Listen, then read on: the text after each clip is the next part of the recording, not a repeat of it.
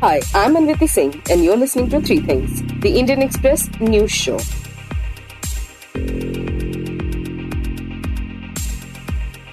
In this episode, we talk about Meghalaya State Assembly elections. We also talk about why the Supreme Court today observed that a country cannot live in the past forever. But first, we talk about the arrest of Delhi Deputy Chief Minister Manish Sisodia. On Sunday, the Central Bureau of Investigation called in Manish Sisodia to question him regarding the alleged Delhi liquor policy scam. This is the case in which Sisodia has been accused of providing undue benefits to liquor license holders in exchange for kickbacks and commissions. Now, he was interrogated for this last year as well, but this time, instead of being sent back home, he was taken into custody. In this segment, Indian Express's Mallica Joshi joins us to talk about Sisodia's arrest, his role in the Delhi government, and how this development will affect the Aam Aadmi party. Now, Mallica, before we go into the story, could you paint a picture of Manish Sisodia, the Aam Aadmi party leader, his significance, what he controls, and so on? Mr. Sisodia is the Deputy Chief Minister of Delhi, but that's just one of the roles he plays for the party. He is also one of the most senior and significant leaders for AAP at this time. So when we talk about his role in the government, he heads some of the most important departments. This includes things like education, now health, finance. So, his role in the government is very, very diverse and very important. He is seen as a de facto chief minister of sorts because the chief minister, Mr. Arvind Kejriwal, does not hold any portfolio. That does not mean that he is not involved in the day-to-day workings of the government or policy decisions. But Mr. Sisodia is, in effect, the face of this government. And he is involved closely in all decision-making for the government itself. He is also Mr. Kejriwal's most trusted aide. Both of them have known each other for upwards of 2 decades now. So his importance in the party cannot be overstated. And, especially at a time like this when AAP is now at the threshold of being declared a national party, it has fulfilled all those criteria. It will soon be given that official tag as well. And it is planning to contest elections in other states. So the timing of this case and this arrest becomes very crucial for the party. Also, in the government also, since he is the finance minister, he has presented every Aam Aadmi party budget in Delhi so far, and which is what he was working on over the past month. When the CBI had called him for questioning last week, he had sought a week's time because there was always the apprehension that he could be arrested. So he sought a week's time to finalize the budget before anything of that sort happens. Right. In coming to the arrest, how did Sisodia fit into the Delhi 2021 liquor excise policy scam? As in, what is he accused of? So the excise department is headed by him. There's a list of 15 people. He's the first on that list. His role in the formulation of the policy was very direct. Of course, him being the head of the department, him being the minister in charge, he knew the inside out of the policy. He helped frame it alongside, of course, other people in the government and in the party as well. So that is where his role comes in. Now, the CBI is looking at irregularities within the policy, and it is the CBI's allegation that bribes were taken from people and that money was pumped into Punjab and Goa elections. So those are the allegations, and his role in formulating the policy was very, very direct, as he's the head. And right from holding consultations, the final, fixing the nitty-gritty, making sure that everything is the way that the cabinet and the government had in mind initially. One of the biggest changes in this policy that has been scrapped since the allegations have been made was that the government had completely withdrawn from the liquor business. That was something that was the primary focus. So the government had said that it is actually Mr. Sisodia who said that it should not be the government's business to sell liquor. And that's what he had said when they had come out with this new policy. So the policy was aimed at completely revamping what the liquor business looks like in the city, essentially. And he was a very crucial part of that. Right. And as you mentioned earlier, now there's a big hole left in the administration after his arrest, since he held so many important duties. Do we know how the government plans to keep those portfolios running in his absence? So, Mr. Sisodia had 18 departments that he was directly responsible for. He was given the charge of health, home, PWD, after his colleague Satinder Jain was earlier arrested by the Enforcement Directorate on charges of money laundering. He has been in jail since end of May. So those additional responsibilities were also handed over to the Deputy Chief Minister.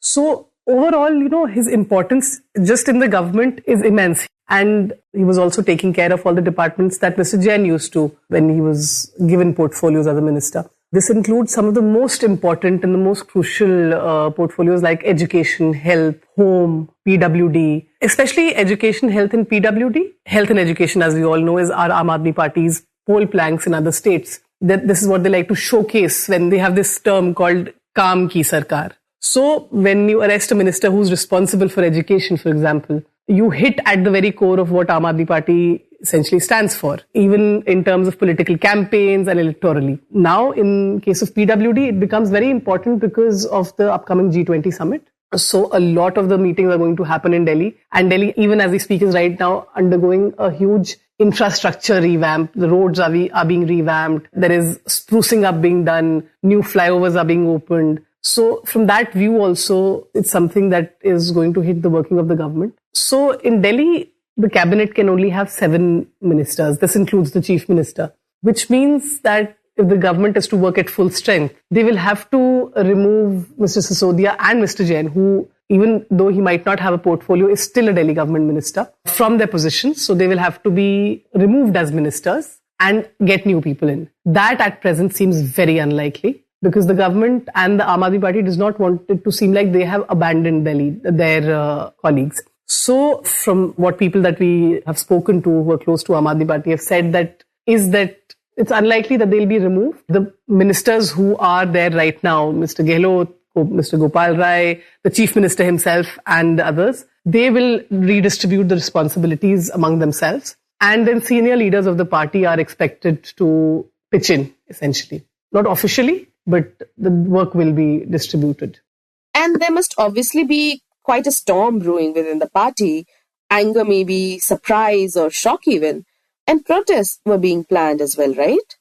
Yeah, so the protests are underway in the city right now, and in some other parts of the country as well, where the party has a strong organizational unit. I wouldn't say that this arrest comes as a surprise to them. They have been anticipating this for at least a couple of months. So before going to the CBI office on Sunday, Mr. Sisodia actually went to Rajghat from his house first. And it was like a road show that he was holding, where his supporters were rallying around him, slogans, and, in his support and against BJP, all of that was being done. And in his speech, he'd also said that, I am going to be arrested today and I might be gone for 7 to 8 months at least. And in the morning, and then again, before he left from his house, he met his mother and there's a photo and everything. And Mr. Kejriwal tweeted saying that going to jail in such circumstances is not a curse, it's glory. So the party knew very well that this is something that is very likely. In his speech that he made near Rajghat yesterday, Mr. Sisodia, he got emotional and he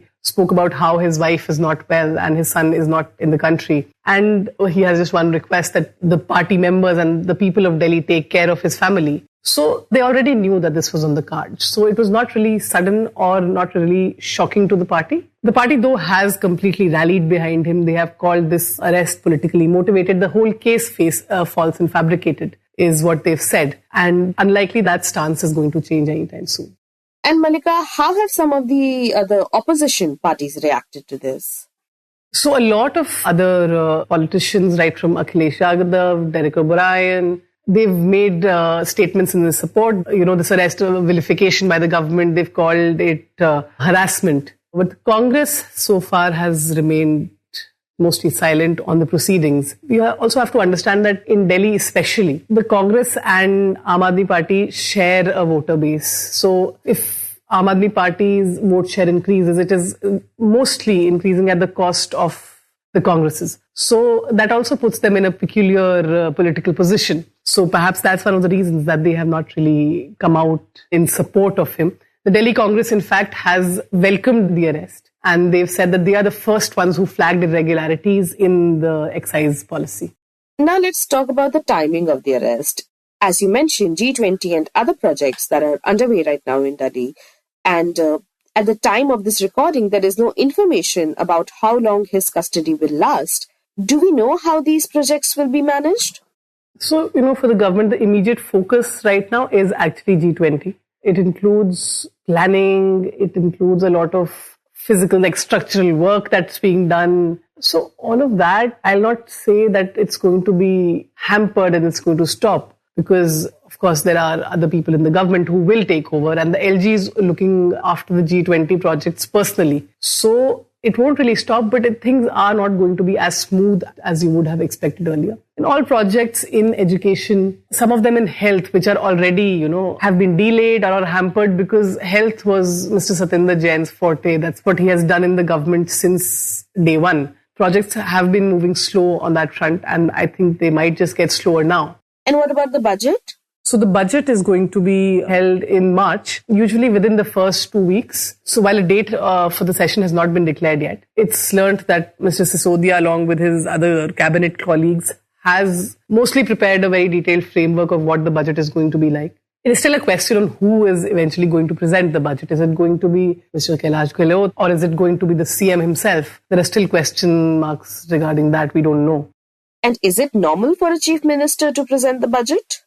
No, it isn't. Yeah, as I said, all budgets so far have been presented by Mr. Sisodia, who is the finance minister. So how they redistribute the departments, who's going to present the budget, how much work on the budget is actually left, these are still questions that need to be answered.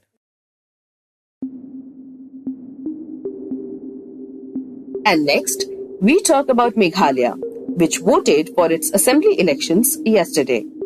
Right now, the state government is a coalition led by the National People's Party and the Bharatiya Janata Party. And to give this government a challenge, this time West Bengal's Trinamool Congress entered the race. This, in fact, is TMC's first major foray into Meghalaya, which is a state that really cares about personalities in elections. So, elections in Meghalaya are not really driven by political parties. They are driven more by personalities and individual candidates. That's Tora Agarwala, who reports on the northeastern states for the paper. So, it's a very personality-based contest. So, people vote according to, the person they know or the candidate they know. They don't vote according to, if this is BJP or if this is NPP or if this is TMC. And because parties don't matter that much, the TMC decided to field prominent faces like Mukul Sangama and Charles Pingrove as their candidates. And this has actually made TMC the primary contender against the current government.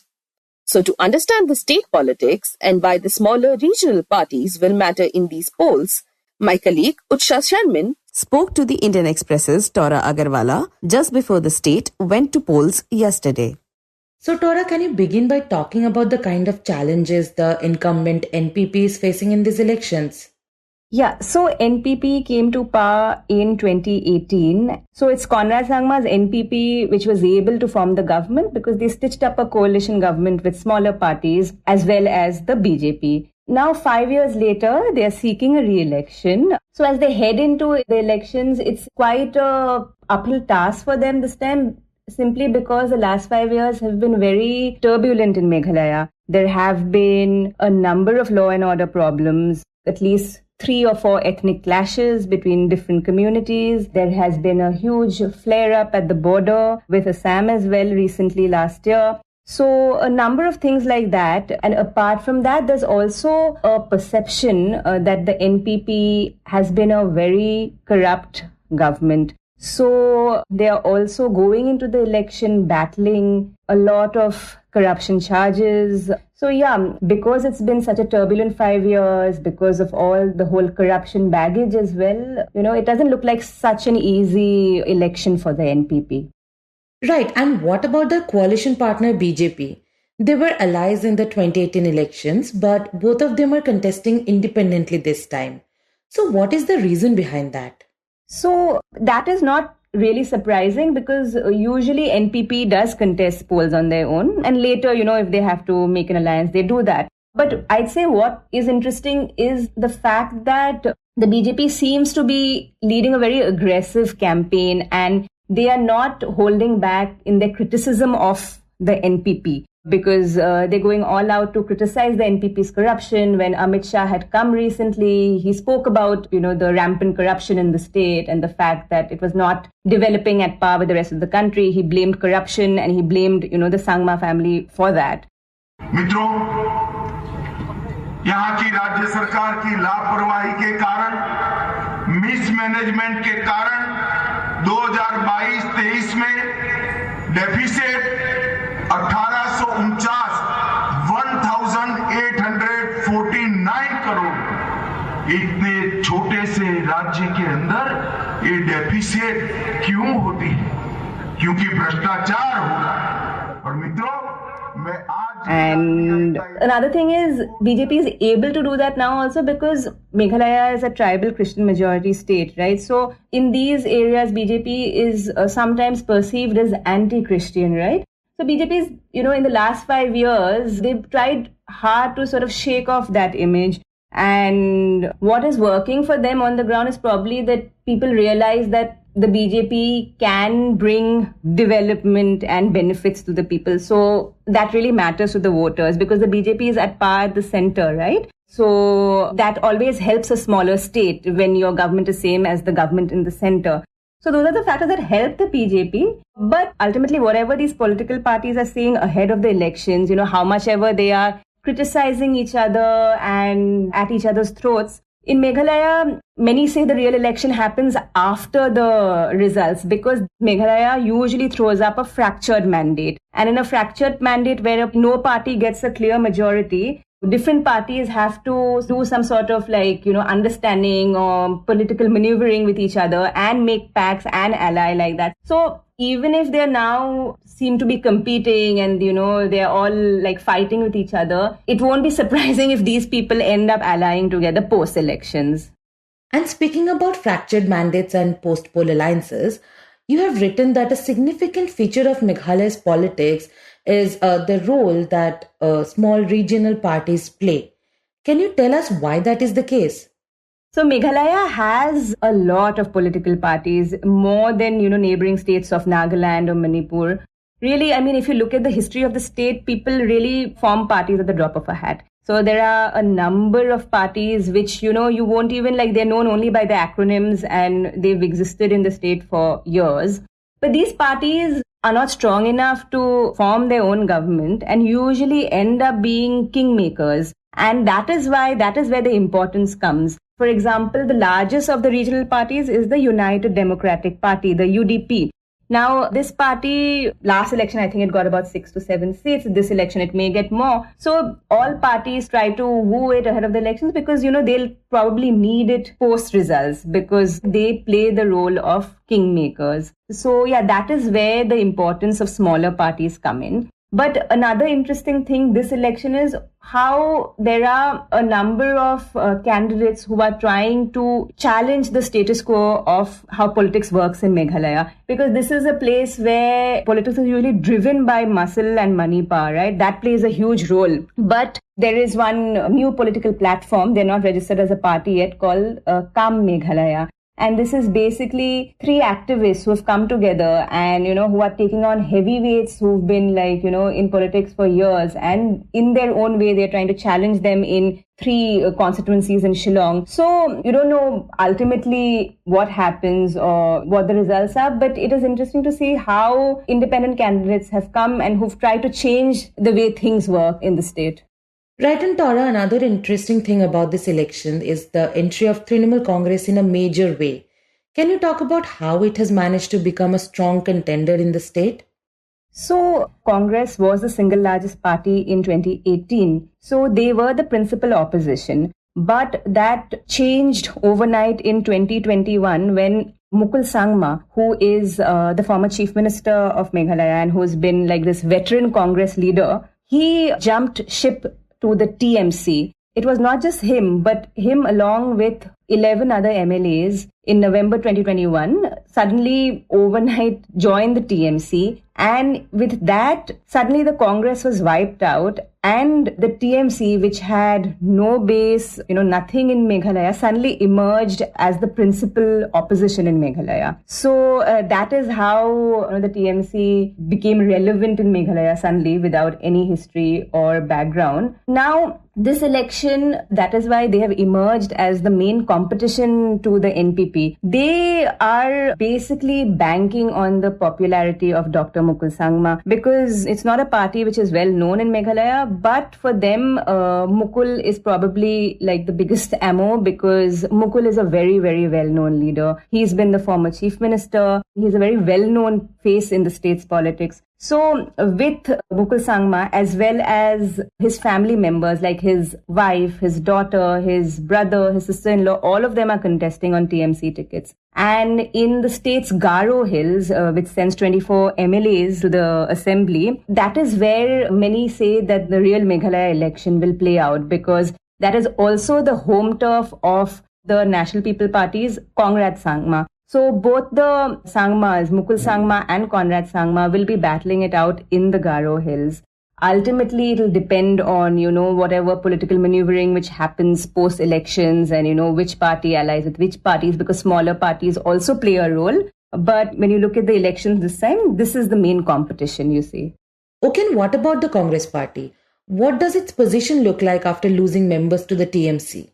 So like other northeastern states, Congress also ruled Meghalaya for most of its, history as a state. But this election, obviously, it's been completely wiped out because, first of all, the 12 MLAs along with Mukul Sangma left. Then there were 5 remaining, and even those 5 left.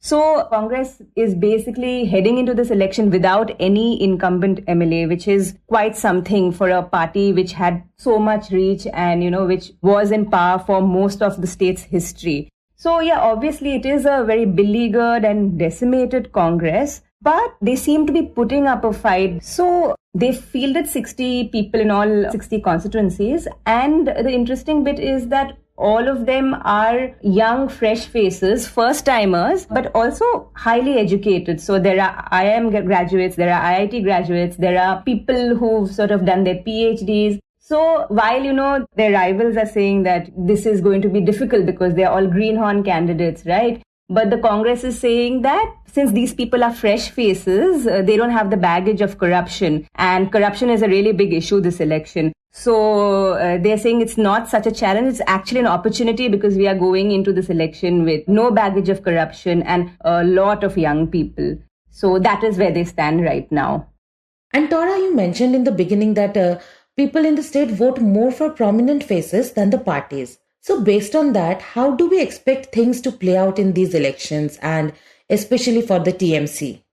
So in Garo Hills, people will be voting for the TMC, but not because it's the TMC. They probably don't really recognize that, but they'll be voting because it's a Mukul Sangma party. When I had gone to Garo Hills, I was looking for the TMC office and I asked a cop on the road, where's the TMC office? And he looked at me like really confused. And later he said, oh, you mean Mukul Sangma's office? So that really shows how important the candidate is and not so much the party. But having said that, there are certain issues which still dominate rallies and manifestos which come up frequently. So I'll just list out a few very briefly. One is, this whole issue of the outsider. Outsider here basically means a person from neighboring Bangladesh, because in Meghalaya, like Assam, there's always been this fear that, the outsider will come and, take over your job, resources, land. And this has been an enduring political issue for years. This time it's gotten more traction because, number one, this election is the first election after the passing of the CAA. So the CAA had also led to a lot of protests and, even violence in Meghalaya. And the second thing is the entry of the TMC. Now the TMC is a party which has its roots in West Bengal, right? So other parties like the NPP, the BJP have jumped at that opportunity, and in many of their rallies, they've openly said that, this is a party of outsiders, this is a party from Bengal. So how do you expect it to work for you? So that rhetoric is very much there. So that's one, the issue of the outsider. Another issue is coal mining, because coal mining is an activity in parts of Meghalaya which has been practiced for years and years. But in 2014, the National Green Tribunal had put a carpet ban on all coal mining in the state and said that it was illegal. But even after the ban, it has really impacted people because it is also a source of livelihood for many people, right? There's always been conversation about how mining should be revived. So again, ahead of the elections, all parties are talking about coal mining, are saying that, they'll do everything so that scientific mining is revived if they are voted to power. And finally, there is also the issue of corruption, which is a very generic issue, but this election, it has taken sort of center stage because the NPP is battling so many corruption allegations. So every party again is saying that, if we are voted to power, we'll make sure Meghalaya is corruption free. The BJP has even said that they will institute a special task force to check corruption if they come to power. So that's also one more issue people are talking about. And in the end, we bring you an update from the Supreme Court of India. Sometime back, a petitioner had written to the Supreme Court contending that many places in the country are named after quote-unquote looters who came from abroad. And in this petition, he gave the examples of Delhi, where he said places are named after invaders like Ibrahim Lodhi and Mahmud of Ghazni, but none are named after the Pandavas, whose capital Indraprastha was. Now, the court yesterday dismissed the petition and stated that a country cannot remain a prisoner of the past and that the court should not be an instrument to wreak havoc. A two-judge bench of Justices K.M. Joseph and B.V. Nagaratna advised the petitioner side that one cannot revisit history selectively and that there is no space for bigotry in Hinduism. The bench said, quote, "A country cannot remain a prisoner of the past. India is wedded to the rule of the law, secularism, constitutionalism, of which Article 14 stands out as guaranteeing both equality and fairness in state actions," unquote. Both judges said India was secular, and Justice Nagaratna talked about the divide and rule policy of the British and said that we should not bring that back. The judge also wondered if there were no other issues to focus on. They said, quote, "Yes, we have been ruled by foreign invaders. We have been invaded several times and history has taken its part. Can you wish away invasions from history? What are you trying to achieve? Don't we have other problems in our country?" Unquote. The petitioner, Advocate Ashwini Upadhyay, sought permission to withdraw his petition and approached the government, but the court said it did not want to give him that relief either. Justice Nagaratna said that we should not break the society with such kind of petitions, and that we should have our country in mind, not any religion. You were listening to Three Things by the Indian Express. Today's show was hosted by me, Anwiti Singh, and Utsa Sarmin. It was written and produced by Anwiti Singh, Utsa Sarmin, with the help of Shashank Bhargava. It was edited and mixed by Suresh Pawar. If you like the show, then do subscribe to us wherever you get your podcasts. You can also recommend the show to someone who you think will like it. Share it with a friend or someone in your family. It's the best way for people to get to know about us. You can also tweet us at Express Podcasts and write to us at podcast@indianexpress.com.